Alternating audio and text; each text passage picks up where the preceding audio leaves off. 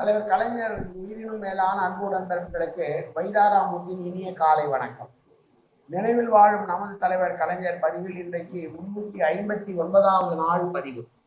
இந்த பதிவும் மேடையில் வீசிய மெல்லிய பூங்காற்று என்ற தொகுப்பிலிருந்துதான் கலைஞர் அவர்கள் இருமொழிகள் போதும் என்று 1972ஆம் ஆண்டு பிப்ரவரி 5ஆம் நாள் பட்டினப்பாக்கத்தில் நடந்த முத்தமிழ் விழாவிலே நிகழ்த்திய உரையைத்தான் இப்போது நாம் படிக்க இருக்கிறோம்.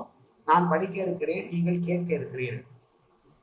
தமிழை வளர்க்க வேண்டும், அதனுடைய வலிமை பொலிவை நாடுறிய செய்ய வேண்டும். தமிழால் வளர்ந்தவர்கள் நாம், தமிழால் செழித்தவர்கள் நாம். அந்த தமிழை வளர்ப்பதிலும் செழிக்க வைப்பதும் நமக்கு நீங்காத கடமை உணர்ச்சி உண்டு என்பதற்கு எடுத்துக்காட்டாக ஆளுகிற பொறுப்பை ஏற்றுக்கொண்ட பேரறிஞர் அண்ணா அவர்களும் அவருக்கு பின் அவர் வழி நின்று அவரது பொன்னான கொள்கைகளை நிறைவேற்றி சூளுறுத்தி செயல்படுகின்ற நாங்களும் எங்களால் இயன்ற அளவு தமிழையை தமிழகத்திலும் வேறு பிற இடங்களிலும் பரப்புவதற்கு முனைந்து முயற்சிகளை மேற்கொண்டிருக்கிறோம். அதற்கு ஒரு சிறு எடுத்துக்காட்டாகத்தான் பல நாளாக ஃபோர் ஷோர் எஸ்டேட் என்று அழைக்க பகுதியை பட்டினப்பாக்கம் என்று அல்ல பழைய தமிழ் பெயரை பெற்ற நிகழ்ச்சியாகும். பாக்கங்கள் என்பவை தமிழ்நாட்டில் பண்டைய நாள்களில் மக்கள் வாழ்ந்த குறிப்பிட்ட பகுதிக்கு வைக்கப்படுகிற பெயர்களாகும். குப்பங்கள் என்றும் பாக்கங்கள் என்றும் அந்த நாளில் தமிழர்கள் தங்கள் வாழ்கிற இடங்களுக்கு பெயர்களை அமைத்துக் கொண்டார்கள். பெரும்பாலும் கடற்கரை ஓரங்களிலே வாழ்கிற தமிழ் மக்கள் அப்பகுதியை பாக்கம் என்றே அழைத்தார்கள்.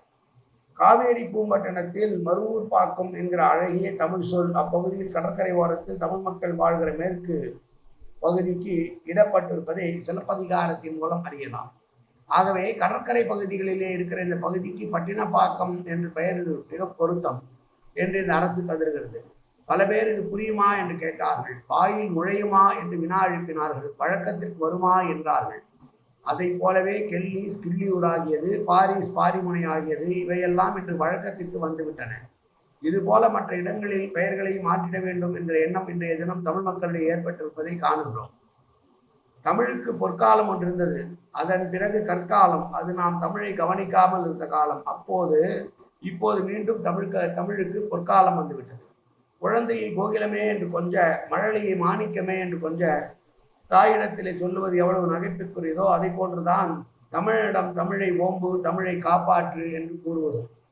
முத்தமிழ் முக்கடல் மும்மரசு என்றெல்லாம் பழம்பெரும் பெற்ற நம் நாடு என்ற இந்த பழம்பெருமையை நாம் கொண்டிருக்கிறோம். ஆனால் பேசுவதோடு விட்டால் நம்முடைய தமிழ் வெறும் காப்பிய தமிழாக, இலக்கிய தமிழாக, செங்கோல் தமிழாக இந்த அளவோடு முடங்கிவிட்டால் போதாது என்பதற்காகத்தான் தமிழ் பற்று பயிற்று மொழியாக வர வேண்டும் என்று நாம் கருதுகிறோம். தமிழ் விஞ்ஞான சொற்கள் வந்தாக வேண்டும். அறிவுலகில் விரைந்து நடைபெறக்கூடிய அளவுக்கு தமிழிலே புதிய புதிய சொற்கள் வளர்ந்தாக வேண்டும். அவை கண்டுபிடிக்கப்பட்டாக வேண்டும். ஆங்கிலம் என்றால் உலக தொடர்புக்கு அனைத்து நாடுகளிலும் தொடர்புக்கு தேவை. இதே நேரத்தில் நம்முடைய நாட்டில் நம்முடைய தாய்மொழி வளர்ந்திடல் என்பது இன்றியமையாதது ஆகும். நம் மாநிலத்தின் தேவையானது தமிழ். மற்ற மாநிலத்தோடு தொடர்பு கொள்ளவும் பிற நாடுகளோடு தொடர்பு கொள்ளவும் அனைத்து உலகிற்கும் தேவையானது ஆங்கிலம். ஆகவே இந்த 2 மொழி போதும் என்கிற வலிமை மிகுந்த வாதத்தை நாம் எடுத்து சொல்லி வருகிறோம். தமிழ் நாட்டுக்கு தமிழ், இந்தியாவிற்கு இந்தி, அனைத்து உலகிற்கும் ஆங்கிலம் என்று சிலர் வாதிடுகிறார்கள். வாதிடுவது சுலபம். ஏனென்றால் வாதிடுபவர்கள் அவற்றை புதிதாக கற்றுக்கொள்ளப் போவதில்லை. அவை இளந்தலைமுறையினரின் தலைகளில் சுமத்தப்படுவதை நாம் மறந்துவிடக்கூடாது. இந்தியை தாய்மொழியாக கொண்டவர்கள் 2 மொழிகள் தான் படிக்க வேண்டும்.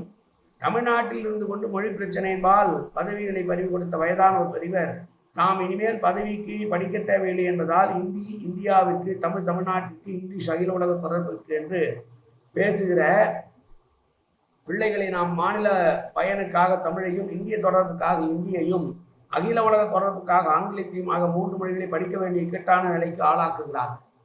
அதே நேரத்தில் இந்தியை தாய்மொழியாக கொண்டிருக்கிற உத்தரப்பிரதேசத்தை சார்ந்த ஒரு பிள்ளையோ, மத்திய பிரதேசத்தை சார்ந்த ஒரு பிள்ளையோ, பீகாரை சார்ந்த ஒரு பிள்ளையோ படிக்க வேண்டியது தனது தாய்மொழியான இந்தி, அடுத்த ஆங்கிலம் 2 மொழிகள் தான்.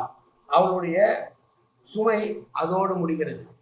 நம்முடைய பிள்ளைகள் 3 மொழிகளை படித்த பிறகு 2 மொழி படித்தவர்களோடு போட்டிப்பட வேண்டி இருக்கிறது. தாய்மொழியான இந்தி மொழியை படித்தவர்களோடு நாம் பிற மாநில மொழியான இந்தியை படித்துவிட்டு போட்டி போட வேண்டி இருக்கிறது. இதை சொன்னால் அனைத்து உலகத்திற்கும் ஆங்கிலம் இருப்பதை போல பிற மாநிலங்களோடு தொடர்பு கொள்ள இந்தி வேண்டாமா என்று கேட்கிறார்கள். ஒரு வேடிக்கையான கதை. ஒரு பெரிய விஞ்ஞானியின் வீட்டில் நடைபெற்றதாக சொல்லுவார்கள். அந்த மகத்தான விஞ்ஞானி ஒரு அழகான பூனை வளர்த்தார். அது உள்ளே வந்து போவதற்கு கதவிலே ஒரு பெரிய துளையை வைத்தார். அந்த பூனையும் அதன் வழியாக வந்து போய் கொண்டிருந்தது. சில நாளில் அந்த பூனை குட்டி போட்டது. அந்த பெரிய விஞ்ஞானி பெரிய துவாரத்தினருக்கு அருகே இன்னொரு ஓட்டையை போட்டார். இது எதற்காக என்றார்கள்.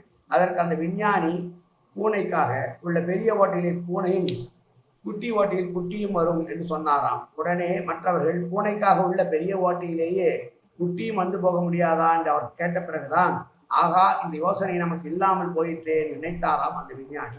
அதை போலத்தான் அகில உலக தொடர்புக்கு ஆங்கிலம் பொதுமொழி என்றால், தொடர்பு மொழி என்றால், பக்கத்தில் இருக்கிற மாநிலங்களோடு தொடர்புகளும் அந்த ஆங்கிலம் போதாதா? பூனை போகிற அந்த துவாரத்தில் குட்டியும் போகுமா போகாதா? இதுதான் இன்று நாம் எழுப்புகிற வாதம். இந்த வாதத்தை மற்றவர்களும் புரிந்து கொண்டிருக்கிறார்கள். ஆனால் ஏற்கனவே சொல்லிவிட்டோமே இந்தி இந்தியாவில் இருக்க வேண்டும் என்று. அங்கிருந்து அதிலிருந்து பின்வாங்குவது எப்படி என்று தர்ம சங்கடம் அவர்களுக்கு. இரண்டாவதாக, இருமொழி போதும் என்று சொல்கிறார்களே, சாதாரணமானவர்கள் சொல்கிறார்கள். அதை கேட்பது தம்முடைய கௌரவத்திற்கு இழுக்காகும் என்று நினைப்பதால் தான் இன்று மீண்டும் இந்தி நுழைக்கப்பட வேண்டும் என்று கருதுகிறார்கள். அவருடைய முயற்சிகள் வழிபெறுவதற்கான வேலைகள் இன்று நாட்டிலே நடந்து கொண்டிருக்கின்றன. முத்தமிழ் விழா நடைபெறுகிற இடத்திலே நம்முடைய சமுதாயத்திற்கும் நம்முடைய மொழிக்கும் மொழி உரிமைக்கும் தமிழுடைய எதிர்காலத்திற்கும் ஏற்பட இருக்கின்ற அந்த விபத்துக்களை எல்லாம் எண்ணி பார்க்க வேண்டும் என்பதற்காகத்தான் நான் இதையெல்லாம் உங்கள் காதிலே போட்டு வைத்தேனே, அல்லாமல் வேறல்ல. இப்படிப்பட்ட விழாக்களிலே நம்முடைய பழம்பெரும் வரலாறுகளை எடுத்து காட்டும் வகையில், இலக்கிய செல்வங்களை விளக்கும் தன்மையிலும், நம் வீரர்கள் பெற்ற வெற்றிகளை எடுத்து காட்டுகின்ற வகையிலும், நம் புலவர் மக்கள் காட்டிய கல்வி திறனையெல்லாம் எடுத்துச் சொல்கிற வகையிலும் நல்ல நல்ல நிகழ்ச்சிகளை ஆண்டுதோறும் ஏற்பாடு செய்ய வேண்டும் என்று கேட்டுக்கொள்கிறேன் என்று தலைவர் அவர்கள் உரையினை நிறைவு செய்கிறார்கள். இருமொழி கொள்கை வலுவாக இருக்க வேண்டும் என்று கலைஞர் விரும்பினார். தொடர்ந்து அதை நாமும் வற்புறுத்துவோம். கலைஞரின் புகழ் ஓங்குக, கலைஞரின் புகழ் ஓங்குக, கலைஞரின் புகழ் ஓங்குக என்று சொல்லி இந்த பதிவை நிறைவு செய்கிறேன். நாளை அடுத்த பதிவிலே உங்களை சந்திக்கிற வரையிலே உங்களிடமிருந்து விடைபெறுவது உங்கள் அன்பு நண்பன் உடன்பிறப்பு வைதாராமூர்த்தி. நன்றி, வணக்கம்.